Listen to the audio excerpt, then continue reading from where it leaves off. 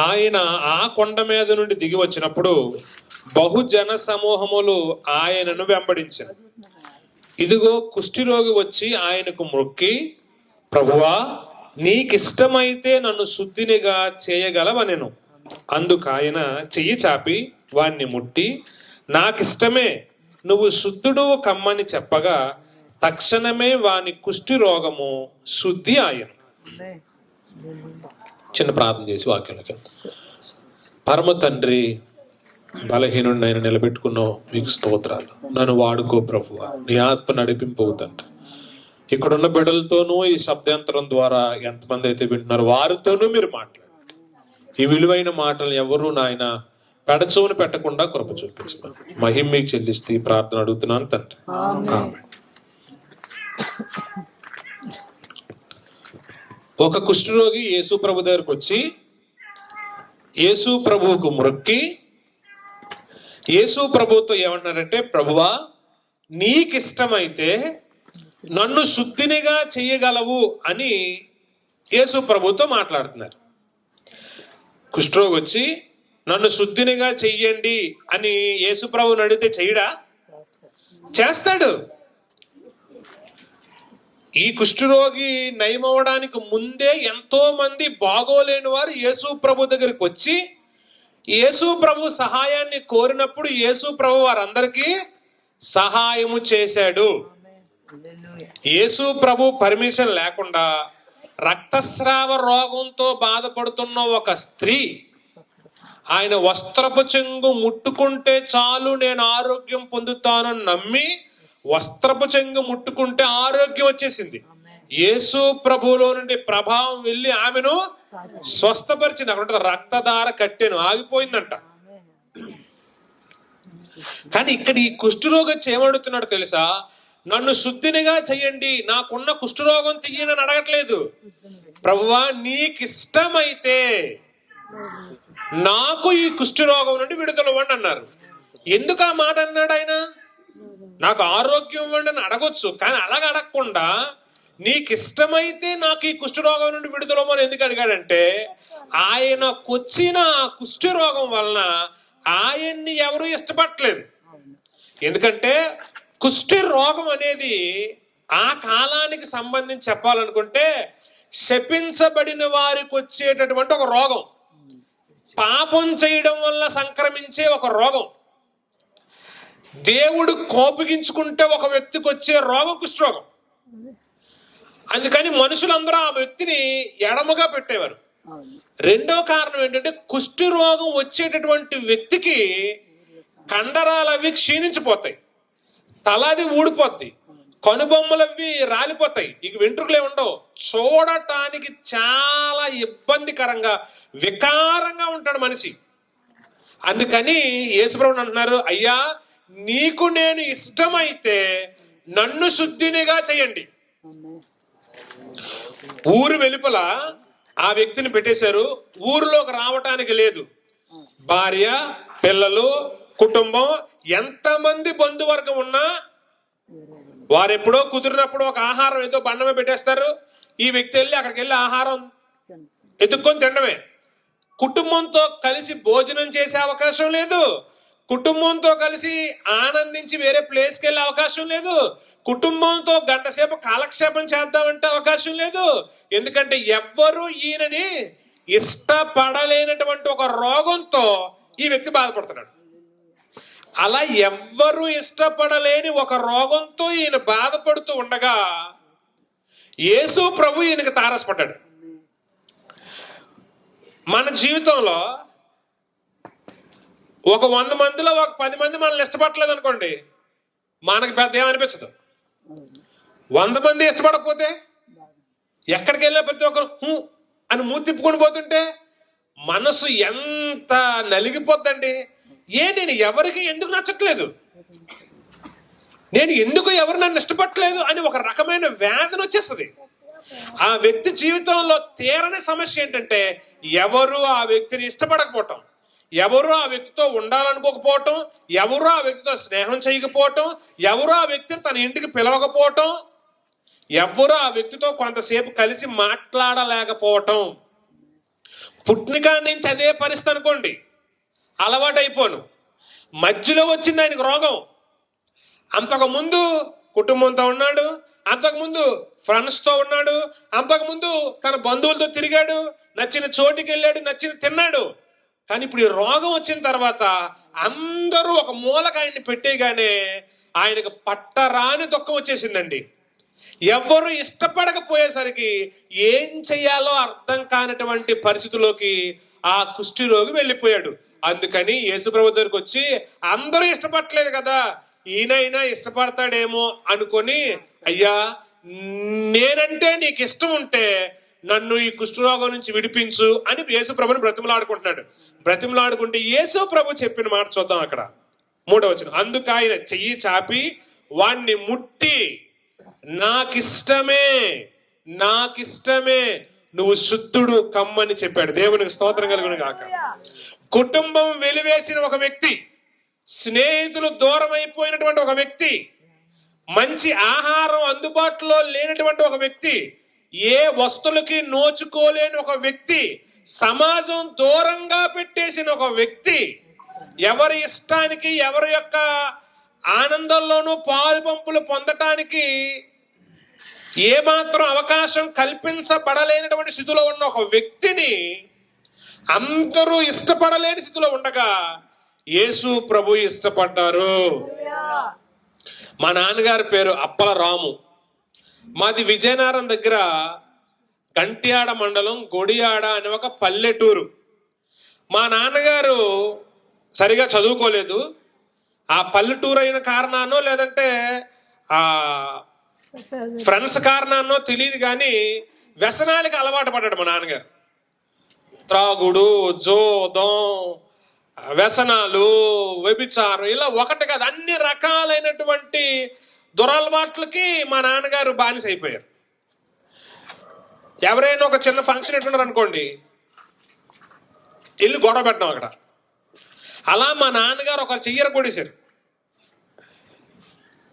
ఊరిలో మా తాతయ్య గారికి విపరీతమైన చెడ్డ పేరు తీసుకొచ్చారు మా నాన్నగారు. ఎంత దారుణమైన బ్రతికారంటే, మా నాన్నగారికి కాలు చెయ్య పడిపోయినటువంటి పరిస్థితి వస్తే ఇక్కడే గాజువాక దగ్గర శీలానగర్లో మేము పాల కేంద్రంలో పాలు వేసేవాళ్ళం. అందుకని విశాఖ డైరీ హాస్పిటల్లో నాన్నగారిని జాయిన్ చేశారు. అప్పుడు ఊరిలో ఒక దండోర వేశారు. అదేంటంటే, ఇదిగో ఆ అప్పలరాము గారు కానీ మరలా బాగై మన పొలిమేరలో అడుగు పెడితే ఆడిని చూడటానికి ఊరిలో వాడు ఎవడు వెళ్ళకూడదు, ఎవడైనా వెళ్తే వాడికి జరిమానని దండోర వేయించారు. అంటే ఊర్లో వాళ్ళని, మా వీధిలో వారిని మా నాన్న ఎంత ఇబ్బంది పెట్టుకుంటాడో ఆలోచించండి.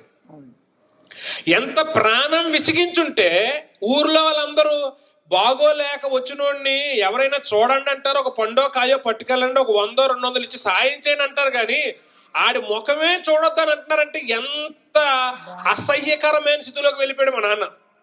అది తర్వాత మా నాన్నగారు చెప్పారు నాకు. అలా అయిపోయింది నా బ్రతుకు. ఊర్లో వారు నేను బాగై ఇంటికి వెళితే నన్ను చూడటానికి రాకూడదని ఒక ఆజ్ఞని విడుదల చేశారు ఊర్లో అని చెప్పారు. అయితే అందరి చేత ద్వేషం పడుతున్న మా నాన్నగారు ఒక రాత్రికాల సమయంలో యేసు ప్రభు దర్శనాన్ని పొందుకున్నాడు. దేవునికి స్తోత్రం కలుగును గాక. ఊరు వారందరూ కూడా దుర్మార్గుడు అనే స్థితిలో ఉన్నారు మా నాన్నగారు. అలాంటి పరిస్థితులు ఉన్న మా నాన్నగారిని యేసు ప్రభుకు ప్రార్థన చేశాడు మా నాన్న. అయ్యా, నేను ఇప్పుడు నడవలేని స్థితిలో ఉన్నాను, నీవు గాని నన్ను బ్రతికించి ఈ హాస్పిటల్లో ఉండలేకపోతున్నాను, ఉండబుద్ధి కావట్లేదు నాకు, మా ఊరు గాని నువ్వు నన్ను పంపించేస్తే నేను నిన్ను నమ్ముకుంటాను ప్రభువా, నువ్వు నాకు ఆరోగ్యం ఇస్తే నీ సాక్ష్యం చెప్పుకుంటాను ప్రభువా అని ప్రార్థన చేసుకుంటే రాత్రి కాలంలో దేవుడు మా నాన్నగారిని కలలో దర్శించాడు, ఆరోగ్యం ఇచ్చాడు. హాస్పిటల్ నుంచి మా ఊరికి వచ్చేసాడు ఆయన, మా నాన్నగారు.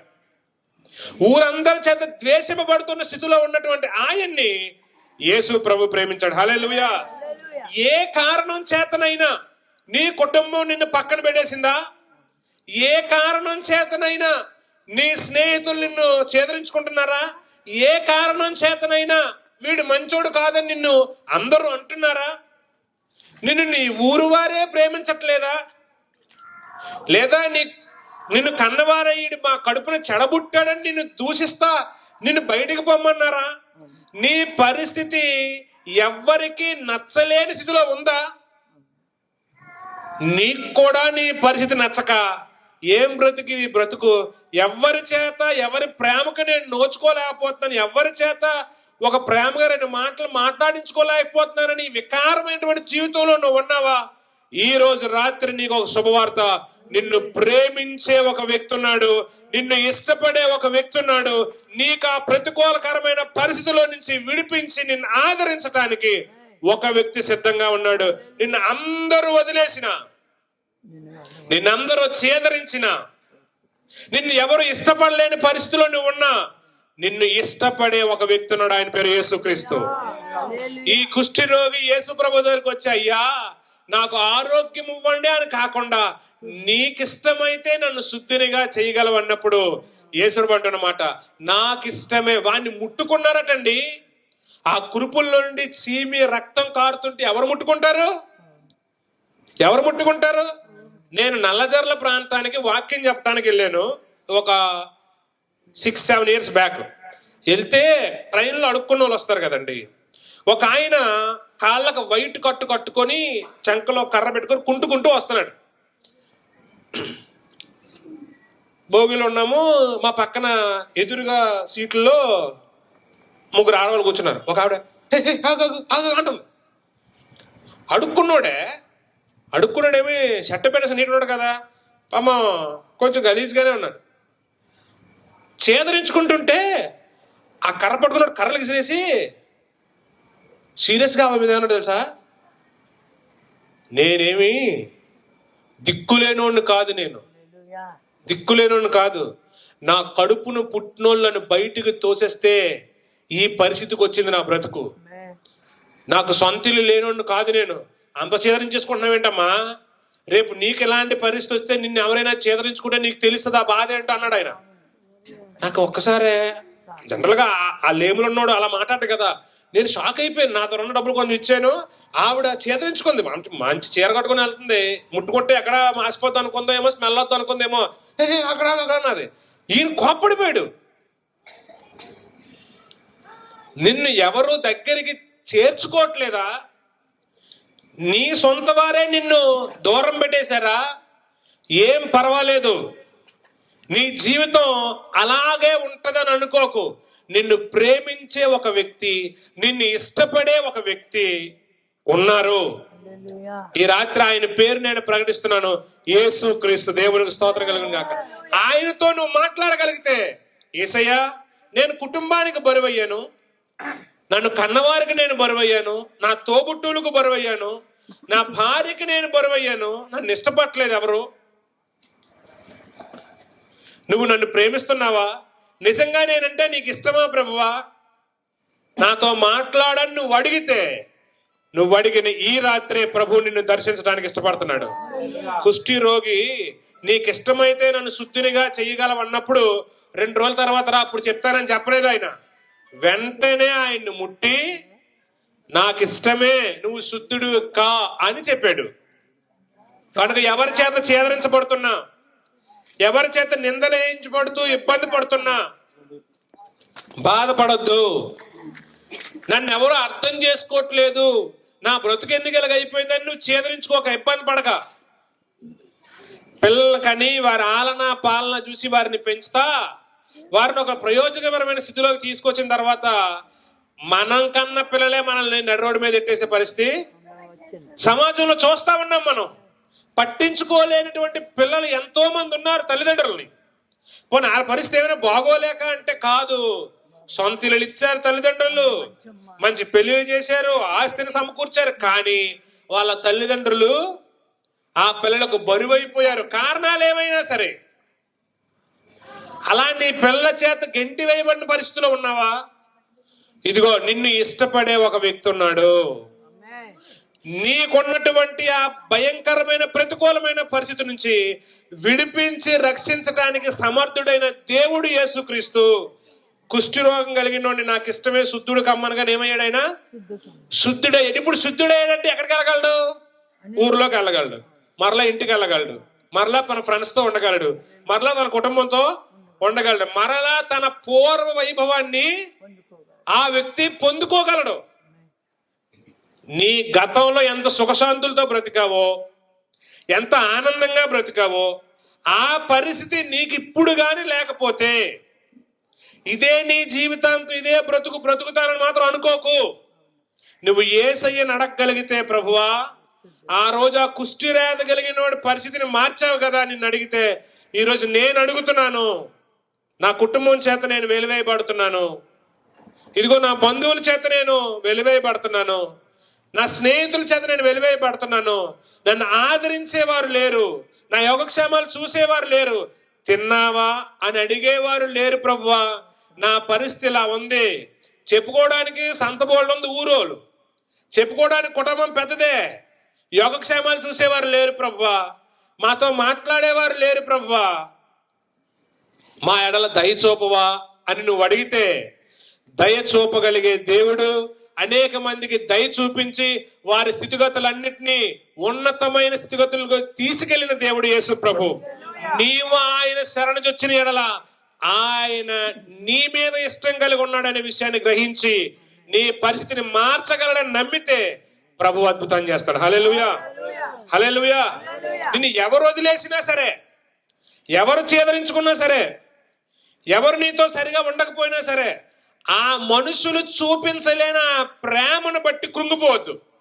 మనుషులు చూపించలేనటువంటి ఆ ఆదరణ బట్టి నువ్వు నిరాశపడద్దు. నిన్ను ప్రేమించే ఒక వ్యక్తి, నీ ఆదరణను కోరుకున్న వ్యక్తి, నీవు నలిగిపోతుంటే చూస్తూ ఆనందంగా ఉండలేని ఒక వ్యక్తి, నీ కన్నీటిని నాట్యంగా మార్చాలనుకున్న ఒక వ్యక్తి యేసుక్రీస్తు. ఆయన సహాయాన్ని కోరుకుంటావా? నీకు సహాయం చేయటానికి ఆయన సిద్ధంగా ఉన్నాడు. నీవు ఆయన ఇప్పుడు అడిగితే ఇప్పుడే నీకు సహాయం చేస్తాడు. నీ ఒంటరితనం నుంచి నీకు విడుదలిస్తాడు. ఒంటరితనం అన్నది ఒక భయంకరమైన, వర్ణింపలేనటువంటి విచారకరమైనటువంటి పరిస్థితి. అలాంటి పరిస్థితితో నువ్వు ఉన్నా సరే ప్రభు సహాయాన్ని కోరుకుంటే ప్రభు ఆ ఒంటరితనం నుంచి నీకు దేవుడు విడుదలిస్తాడు. మొదటి సందర్భంలో మనం చూసే సందర్భం ఏంటంటే, ఆయన్ని ఎవరు ఇష్టపడట్లేదు, అందుకని యేసుప్రభు దగ్గరికి వచ్చి ఏమంటాడు ఆయన, నీకు ఇష్టమైతే నన్ను శుద్ధినిగా చెయ్యండి అని అడిగితే యేసుప్రభు అంటారు, నాకు ఇష్టమే. ఎవరి ప్రేమకు నువ్వు నోచుకోకపోతూ ఉంటే, ఎవరు నిన్ను ఇష్టపడకుండా ఉంటే, అందరూ నిన్ను తృణీకరిస్తుంటూ తిరస్కరిస్తుంటూ దూరాన్ని పెడుతూ ఉంటే, నీ మేలు కోరుకునేవాడు, నీ క్షేమాన్ని కోరుకున్నవాడు, నీవు ఆదరించబడాలని ఆశపడుతున్నవాడు, నిన్ను ఆదరించాలని నీ దగ్గరికి రావటానికి ఇష్టపడుతున్నవాడు యేసయ్య. ఆయన శరణు వేడితే, ఆయన అడగగలిగితే, ఆయన సహాయాన్ని కోరుకుంటే, నువ్వెవరివైనా సరే దేవుడు నీ జీవితంలో అద్భుతం చేస్తాడు. నువ్వెవరైనా సరే దేవుడు నీ జీవితంలో ఆశ్చర్య కార్యాన్ని చేస్తాడు. ఆ కుష్టి వ్యాధి కలిగిన ఆ వ్యక్తిని ఎవ్వరు ముట్టుకోవడానికి కూడా ఇష్టపడలేదండి. ఎందుకంటే ముఖమంతా పాలిపోయిన పరిస్థితి, కనుబొమ్మలు రాలిపోయిన పరిస్థితి, తూడిపోయిన పరిస్థితి, భయంకరమైనటువంటి అసహ్యకరమైనటువంటి పరిస్థితుల్లో చీము రక్తం కారుతున్నటువంటి ఆ అసహ్యకరమైన పరిస్థితులు ఉన్న ఆ వ్యక్తిని యేసు ప్రభు ముట్టుకున్నాడు. దేవునికి స్తోత్రం కలుగును గాక. నీవు అలాంటి దౌర్భాగ్యకరమైన పరిస్థితితో ఉంటే నిన్ను ఇష్టపడుతున్న ఒక వ్యక్తి ఉన్నాడు, ఆయన పేరు యేసుక్రీస్తు. నువ్వు ఆయన దగ్గరికి రాగలిగితే నీ పరిస్థితులన్నింటినీ ఆయన మారుస్తాడు. నీ స్థితిగతులన్నింటినీ ప్రభు మారుస్తాడు. నీ కన్నిటిని ఆయన నాట్యంగా తీర్చిదిద్దుతాడు. ఇందాక మనం సాక్ష్యం విన్నాం. జాన్సమ్ గారు ప్రార్థన చేయగా, వచ్చిరాని మాటలే ప్రార్థన చేయగా దేవుడు వాళ్ళ ఆయన గారికి అద్భుతమైన స్వస్థతని అనుగ్రహించాడు. ఈ కుష్ఠరోగ జీవితంలోనూ లేదా జాన్సన్ గారి కుటుంబంలోనూ మాత్రమే ఆయన కార్యాలు చేయగలుగుతున్నాడు కాదు, తన యొద్దకు వచ్చే సహాయము కోరే ఎవరి జీవితంలోనైనా ఆయన కార్యం చేయడానికి ఇష్టపడుతున్నాడు. దేవుని స్తోత్రం కలుగును గాక. ఎవరి జీవితంలోనైనా ఆయన కార్యం చేయడానికి ఇష్టపడుతున్నాడు. నువ్వెవరైనా సరే, నిన్ను దేవుడు ప్రేమిస్తున్నాడు, నువ్వంటే దేవునికి ఇష్టం ఉంది, నీకు సహాయం చేయడానికి ఆయన సిద్ధంగా ఉన్నాడు. నీవు నీ కష్ట సమయాలలో, నీ వేదనకరమైన పరిస్థితుల్లో, నీవు కృంగిపోతున్న స్థితిగతుల్లో ఒక్కసారి యేసు ప్రభువా నువ్వు నా ఎడల దయ చూపవా అని అడిగితే నీ ఎడల దయ చూపటానికి, నీకున్నటువంటి ఆ కీడులన్నింటినీ కొట్టేసి మేలుతో నింపటానికి యేసు సిద్ధంగా ఉన్నాడు. ఆయన యొద్దకు రా, అద్భుతాన్ని చూస్తాం. రెండో సందర్భాన్ని మనం చూద్దాం. యోహాను సువార్త 4వ అధ్యాయం 7వ వచనం నుండి 9వ వచనం వరకు మనం చదువుకున్నాం. అది యేసు ప్రభు సమరయ స్త్రీతో తాగడానికి దాహానికి నీళ్ళు అడిగారు. నీళ్ళు అడిగితే సమరయ స్త్రీ ఏమంటుంది? యూదుడవైన నీవు సమరయ స్త్రీనైన నన్ను తాగటానికి నీళ్ళలా అడుగుతున్నావయ్యా. ఎందుకంటే యూదులు సమరయులతో ఏం చేయరట? సాంగత్యము చెయ్యరు. వారు తక్కువ జాతి మనుషులు. ఎవరట వాళ్ళు? తక్కువ జాతి మనుషులు. అందుకని యూదులు ఏం చేయరట? సాంగత్యము చెయ్యరు. యూదులకి అన్యజనులకి పుట్టినటువంటి ఒక జాతి సమరయుల జాతి. అందుకని యూదులు సమరయులతో సాంగత్యం చేయరు. యేసు ప్రభు పుట్టిన గోత్రం ఏంటి? యోధా గోత్రమే. యోధా గోత్రంలో పుట్టిన యేసు ప్రభు ఒక సంపన్నమైన గోత్రంలో పుట్టినా సరే ఎన్నిక చెయ్యబడలేని ఒక గోత్రానికి సంబంధించిన స్త్రీతో యేసు ప్రభు మాట్లాడుతున్నారు. ఆవిడ పరిస్థితి ఎలా ఉంది? ఆవిడ స్థితి ఏంటంటే ఆవిడ విపరీతమైన పాపాల చేత నింపబడిన పరిస్థితి. ఆమెకు 5గురు భర్తలు ఉన్నారట. ఇప్పుడున్నోడు భర్త కాదట. 5గురు భర్తలు ఉండిరి. ఇప్పుడున్నోడు భర్త, ఇప్పుడు ఒక భర్త ఉన్నాడు 6వాడు. ఇప్పుడు ఆడిని భర్త కాదు, ఒరిజినల్ భర్త కాదు, డూప్లికేట్ భర్తలు అందరూ అనమాట. అంటే ఒక మంచి వివాహ వ్యవస్థను ఆ బిడ్డ కలిగలేరు. ఆవిడ పాపాత్మురాలైన పరిస్థితులు ఆమె ఉంది. ఈ లోకంలో ఎవరైనా సరే పాపం చేస్తూ పట్టబడ్డారు అనుకోండి, ఎవరో దొంగతనం చేస్తూ పట్టబడ్డారు. పట్టబడితే మిగిలిన అందరూ ఇటు దొంగరీడు ఆడితో మాట్లాడుతున్నాడు, ఈడు ఎప్పుడు దొంగతనం చేయలేనట్టు, ఈడు చిన్నప్పుడే నాన్నగారి జోబిలో డబ్బులు దోసేసినాడు వీడు. కానీ ఎవరైనా తప్పు చేస్తూ కనబడితే మాత్రం ఈడు ఏ తప్పు చేయలేనట్టుగా ఇంకా ఈడు బిల్డప్ చూడలేం. ఒక చూడకూడని చూపు, ఆడకూడని మాట, ఈడిలో ఏ లోపం లేనట్టు తిరస్కరించేసేలా మాట్లాడతారు. కానీ యేసు ప్రభు పాపం చేసిన వారిని కూడా ప్రేమించాడు. దేవునికి స్తోత్రం కలుగును గాక. తప్పిపోయి ఉన్నటువంటి జీవితాలను మరలా మార్గంలోనికి నడిపించేవాడే యేసు ప్రభు. బైబిల్లో ఒక ఉదాహరణ రాయబడింది. ఒక గొర్రెల కాపరికి 100 గొర్రెలు ఉన్నాయంట. అందులో ఒక గొర్రె తప్పిపోయిందంట. ఇప్పుడు కాపరి ఏం చేశాడు? 99ని వదిలేసి తప్పిపోయిన ఒక్కదాని కోసం వెళ్ళాడు. యూట్యూబ్ లో ఒక ఆయన అన్నాడు, దేవుడంటే పాపుల కోసం రాకూడదు, దేవుడంటే నీతిమంతుల కోసం రావాలన్నాడు. నీతిమంతుడు ఎంతకి? భూమి మీద నీతిమంతుడేడి? భూమి మీద ప్రతి మనిషి పాపి. పాపం చేయలేని మనిషి అంటూ ఎవరు లేరు. మరి దేవుడు నీతిమంతుల కోసం రావాలంటే భూమి మీద ఏడి నీతిమంతుడు లేడు. ఎవరైనా తప్పు చేస్తే సమాజం ఆ వ్యక్తిని చాలా హీనంగా చూస్తారు. నువ్వు ఆ వ్యక్తిని హీనంగా చూస్తే, ఆ వ్యక్తిని తిరస్కరిస్తే ఆ వ్యక్తి ఎప్పుడు మార్పు చెందుతాడు? ఆ వ్యక్తికి ఎప్పుడు మారు మనసు వస్తుంది? యేసు ప్రభు పాపము చేసిన వారిని ప్రేమించే దేవుడు. దేవునికి స్తోత్రం కలుగును గాక. ఎందుకు ప్రేమిస్తున్నాడు? వ్యభిచారమందు పట్టబడి ఉన్న స్త్రీని యేసు ప్రభు రాళ్లతో కొట్టకుండా ఒక మాట అడిగారు. అమ్మా, వీళ్ళు ఎవరైనా రాళ్ళతో కొట్టారా అంటే, ఎవరూ కొట్టలేదయ్యా అంటే, నేను కూడా నిన్ను శిక్షించనమ్మా అని చెప్పి ఏమన్నాడు తెలుసా? నీవు వెళ్ళి ఇక పాపము చెయ్యకుము అన్నాడు. ఎందుకు పాపుల్ని ప్రేమిస్తున్నాడో తెలుసా? యూట్యూబ్ లో ఆయన అంటాడు, యేసు ప్రభు పాపుల్ని ప్రేమిస్తున్నాడంటే అర్థం ఏంటంటే పాపానికి సపోర్ట్ చేస్తున్నాడని. ఆయన పాపుల్ని ప్రేమిస్తుంది ఎందుకో తెలుసా? ప్రేమతోనే ఒక వ్యక్తి మారుతాడని తెలిసి పాపిని ప్రేమించి ఆ పాపికి ఏం చెప్పాడంటే ఇక ఎప్పుడు పాపం చెయ్యొద్దు అని చెప్పాడు. చెప్తూ ఇంకొకసారి పాపం చేసావా ఆ పాపం వలన నీకు మరణం వస్తుంది, దాని ఎంతో నరకాగ్నికి వెళ్ళిపోతావు అని హెచ్చరిక కూడా ఇచ్చాడు. పాపాన్ని సపోర్ట్ చేసేవాడు కాదు, పాపిని ప్రేమించే దేవుడు యేసయ్య. ఈరోజు నువ్వు ఏ పాపములో ఉన్నా, ఆ పాపములో నువ్వు ఉన్నందుకు నిన్ను ఎంతమంది తిరస్కరిస్తున్నా, నిన్ను ఒక తక్కువ స్థితిలో పెట్టేసిన, ఏదైనా ఒక తప్పు చేసి మన సమాజంలో తలెత్తుకొని తిరగలమంటే చాలా కష్టమైపోద్ది మనకి. అసలు ఏ తప్పు చేయకుండా ఒక నిందొస్తేనే బతకడం కష్టమైపోద్ది. అలాంటిది ఎన్నో తప్పులు చేసి ఉన్నటువంటి ఆ సమరయ స్త్రీతో యేసు ప్రభు మాట్లాడుతున్నారు. నువ్వు ఏ పాపములో ఉన్నా సరే నిన్ను యేసు ప్రభు ప్రేమిస్తున్నారు. నిన్ను ఆ పాపములో నుండి ఆయన విడిపించగలరు. 5 భర్తలుండిరి, ఇప్పుడున్న ఆయన నీ భర్త కాడు అని యేసు ప్రభు ఏ స్త్రీతో అయితే చెప్పాడో ఆ స్త్రీ తన జీవితాన్ని మార్చుకుంది. హల్లెలూయా. తన జీవితాన్ని మార్చుకొని ఇక నేను పాపం చెయ్యను అనేటటువంటి ఒక మంచి తీర్మానంలోనికి ఆ అధ్యాయం అంతా మీరు చదివితే వచ్చేస్తుంది ఆవిడ. నేను చేసినవన్నీ నాతో చెప్పినవన్నీ మీకు చూపిస్తాను ఊరువాడు వెళ్ళి అందరిని యేసుప్రభు దగ్గరికి తీసుకొచ్చేసింది.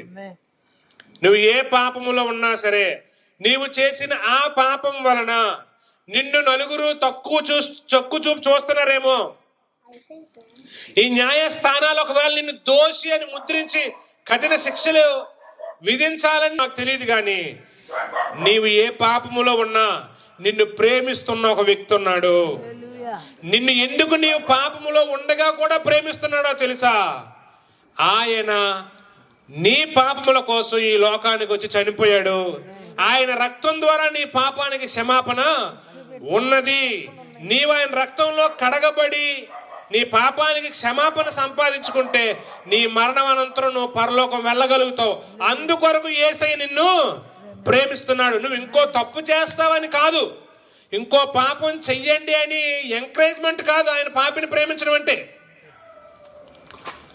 యేసు ప్రభు పాపిని మాత్రమే ప్రేమిస్తున్నాడు, పాపాన్ని కాదు. పాపాన్ని ప్రేమిస్తే తప్పు, పాపిని ప్రేమిస్తే తప్పు కాదు. పాపిని ప్రేమించే గొప్ప మనసున్న దేవుడు.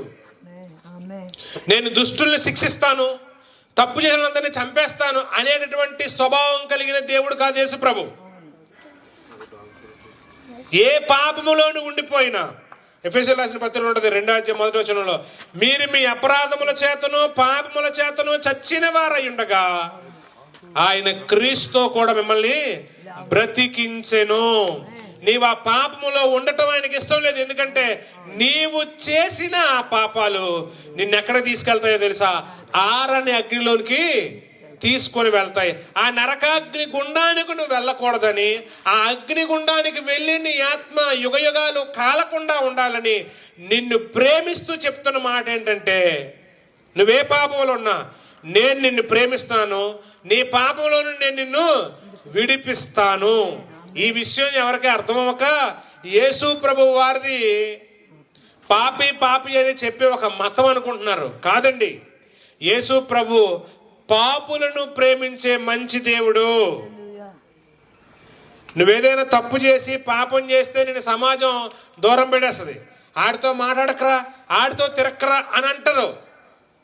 కానీ యేసుప్రభు అలా కాదు. నువ్వే తప్పిదంలో ఉన్నావో, ఏ పాపంలో ఉన్నావో నిన్ను ప్రేమిస్తున్నాడు ఆయన. నిన్ను ప్రేమించి నీ జీవితాన్ని మార్చడానికి ఆయన ప్రయత్నిస్తున్నాడు. నిన్ను ప్రేమిస్తూ ఆయన ఏం చెప్తున్నాడు తెలుసా? ఇక పాపము చెయ్యకు. సమాజం చూస్తున్నట్టుగా ఆయన రాళ్ళేసి కొడితే ప్రతి మనిషిని యేసుప్రభు కొట్టాలి. ఇంకా ప్రతి మనిషిని యేసుప్రభు కొడితే ఎవడో ఉన్నాడు భూమి మీద. అందుకని ఆయన మనుషులను ప్రేమించి ఆ ప్రేమ ద్వారా వారి పాపములో నుండి ఆయన వారిని విడిపిస్తున్నాడు. దేవునికి స్తోత్రం కలుగును గాక. అదే సందర్భంలోంచి 3వ విషయాన్ని చూద్దాం మనం. 44వ అధ్యాయం యోహాను సువార్త 40-41 చదువుదాం. చూడండి. ఆ సమరయులు ఆయన యొద్దకు వచ్చి తమ యొద్ద ఉండుమని ఆయనను వేడుకొని కనుక ఆయన అక్కడ 2 దినములు ఉండెను. ఆయన మాటలు విన్నందున ఇంకనూ అనేకులు నమ్మి ఆ స్త్రీని చూచి, ఇక మీదట నీవు చెప్పిన మాటను బట్టి కాక మా మట్టుకు మేము విని ఈయన నిజముగా లోకరక్షకుడని తెలుసుకొని నమ్ముచున్నామని దేవునికి స్తోత్రం కలుగునుగా. ఈ సమరయులు యూదులకు అన్ని జనులకు పుట్టిన సంకర జాతి వాళ్ళు కనుక యూదులు ఏం చేయరు? వీరితో మాట్లాడరు, వీరితో సాంగత్యం చేయరు. కానీ యేసుప్రభు యోధా మతంలో పుట్టినప్పటికీ వారు అడిగారు, అయ్యా మీరు మా దగ్గర 2 రోజులు ఉండండి అంటే యేసుప్రభు ఏం చేశారు? 2 రోజులు వారి ఊరిలో ఉన్నాడు. నువ్వు తక్కువ జాతోడివి లేదా నువ్వు తక్కువ కులస్తుడివి అని వేరు చూసేటటువంటి స్వభావం యేసులో లేదు. హల్లెలూయా. బైబిల్లో యెషయా గ్రంథంలో మాట రాయబడుతుంది, నేను మహోన్నతుడిని, పరిశుద్ధుణ్ణి, పరలోకంలో ఉండే దేవుణ్ణి, కానీ విరిగి నలిగిన వారి యొద్ద నివసించుటకు దిగి వస్తాను. దేవునికి స్తోత్రం కలుగును గాక. సమాజం చేత వెలివేయబడిన వ్యక్తిగా ఉంటే, సమాజంలో ఈ కులం ఇది తక్కువ కులం అని ఎవరైనా వెలివేయబడిన పరిస్థితిలో ఉంటే, నిన్ను ప్రేమించే ఒక వ్యక్తి ఉన్నాడు. నా అందరి చేత వెలివేయబడుతున్న స్థితిలో నువ్వు ఉండగా, ఎవరి ఆనందాల్లోనూ నీకు పాలుబంపులు దక్కలేని పరిస్థితిలో నువ్వు ఉండగా, నిన్ను ప్రేమిస్తున్న వ్యక్తి ఉన్నారు. నీ కులం, నీ జాతి, నీ రంగు, నీ యొక్క స్థితిగతులు చూసి నిన్ను ప్రేమించేవాడు కాదు యేసయ్య. సమరయులు అడగగానే యేసుప్రభు సమరయుల ఊరిలో 2 రోజులు ఉన్నారు. ఎంత పెద్ద పని ఉంది యేసుప్రభుకి, మీరు ఆలోచించండి. ఎక్కడ క్షణం తీరుకుండేది యేసుప్రభుకి, కానీ 2 రోజులు ఆ మనుషుల మధ్య ఉన్నారు. యేసుప్రభు యూదుల మధ్య కదా తిరిగేవాడు. యూదులందరూ ఏమంటారు? నువ్వు యూదుడు పోయి ఉండి సమరయులతో ఎలా సాంగత్యం చేస్తావు, వాళ్ళతో ఎలా భోజనం చేస్తావు అని యూదులందరూ బహిష్కరిస్తారు. యోధా మతమంతా నన్ను బహిష్కరించినా పర్లేదు, కానీ తక్కువగా చూడబడుతున్న వారు ఉన్నారు, కించపరచబడుతున్న వాళ్ళు ఉన్నారు, దూరంగా పెట్టబడిన మనుషులు ఉన్నారు. వారి యొద్దకు నేను వెళ్తాను, వారిలో మంచితనం ఉంది, వారిని నేను ప్రేమిస్తున్నాను, వారి జీవితాలను మెరుగు చేస్తానని దేవుడు సమరయులతో పాటు ఉన్నాడు. ప్రపంచంలో ఉన్న అన్ని దేశాలలో క్రైస్తవులు ఉండడానికి కారణం ఏంటో తెలుసా? అణచబడిన వారిని, అనగారిపోయిన వారిని, తృణీకరించబడిన వారిని యేసు ప్రేమించడమే. దేవునికి స్తోత్రం కలుగును గాక. ఎవరైతే దేవునికి నోచుకోలేని పరిస్థితిలో ఉన్నారో, నువ్వు పలానా ఎన్నిక లేని కులానికి సంబంధించిన వాడివి, నువ్వు ఈ చోటికి రావడానికి వీల్లేదు, నువ్వు ఇది తినడానికి వీల్లేదు, నువ్వు ఇది చదవటానికి వీల్లేదు అని ఏ అయితే అడ్డులు ఉన్నాయో ఆ అడ్డులేవి యేసు ప్రభువుకు లేవు. ఆయన కులాన్ని బట్టో, మతాన్ని బట్టో, రంగుని బట్టో ప్రేమించేవాడు కాదు.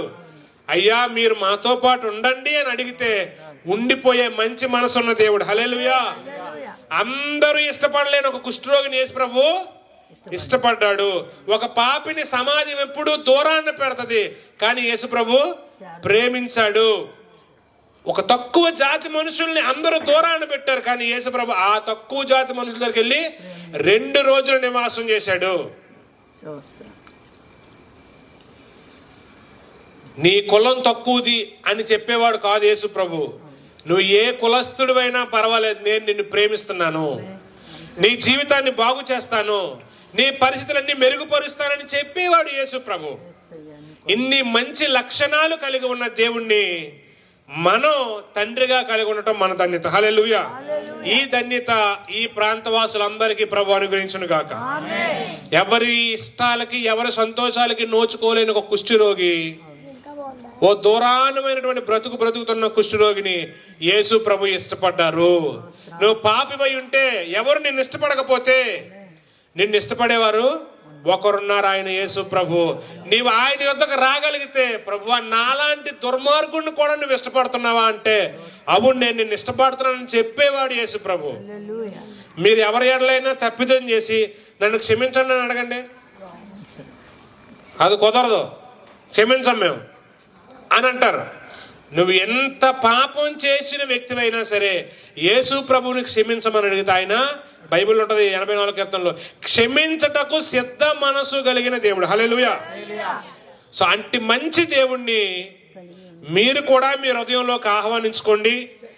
మీ కులం ఏంటి, మతం ఏంటి, మీరు ఆరోగ్యపరంగా ఎలా ఉన్నారు, లేదా మీరు ఆర్థిక పరంగా ఎలా ఉన్నారు, మీ స్థితిగతులన్నీ బాగుంటే నా దగ్గరికి రండి, నేను మీకు దేవుడిని అవుతానని చెప్పేవాడు కాదు యేసు ప్రభు. నీ పరిస్థితులు ఎలాగున్నా సరే నేను నిన్ను ప్రేమిస్తున్నాను, నీ జీవితంలో గొప్ప కార్యాలు చేస్తాను, నీ జీవితంలో ఉన్న ప్రతి ఇబ్బందిని తొలగిస్తానని నీకు మాట ఇస్తున్న దేవుడు యేసు ప్రభు. అలా అంగీకరించిన మా జీవితాల్లో దేవుడు ఎన్నో కార్యాలు చేశాడు. నీ జీవితంలో కూడా రాత్రి కాలం నుంచి చేయడానికి ఇష్టపడుతున్నాడు.